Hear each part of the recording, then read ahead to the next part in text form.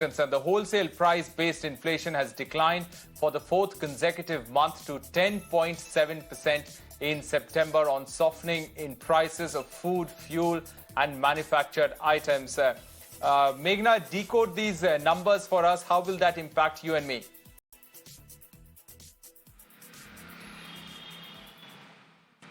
That's right. So if we see the wholesale price index, the inflation that has come down in the month of September to 10.7%. If we see the previous month, it is 12.41%. So definitely we know that the government and the RBI, they both have been taking steps, monetary and as well as fiscal steps to control the inflation. And probably now it is that the impact of those measures on the inflation is starting to be seen. If we see the WPI numbers, the food inflation also, if we see that has come down to 8.08% in September to 9.93. That's a substantial decrease in the food inflation as well. So that should give a respite to the consumer as well.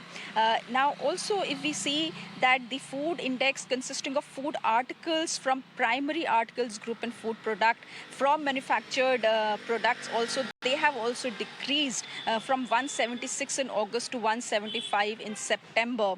So that has basically, if we see that September, but there has also been a rise in the prices of mineral oils, food articles, petroleum and natural gas, because natural gas, we know that globally also the prices are a bit of a concern. So those prices are still on the high in the month of September. If we see the WPI fine print for the month of September, chemicals and chemical products, basic metals, electricity, textile, they have seen a rise in the month of September. So basically it's the food articles that have seen a decrease that has caused this impact on the WPI numbers that we are seeing in the month of September.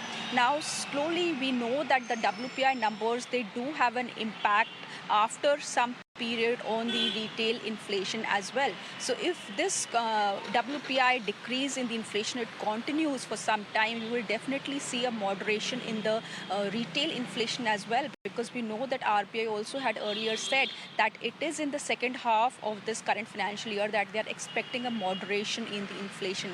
So this is a good sign from as far as the inflation is concerned. That should give a respite to the consumer. With the WPI numbers coming down, we await to see what the retail inflation numbers also will be for the coming months. So definitely a good sign as far as inflation is concerned, and a respite for consumers definitely expected. All right, Meghna, thanks very much for joining us with that analysis. A good sign there as far as inflation is concerned for the consumers.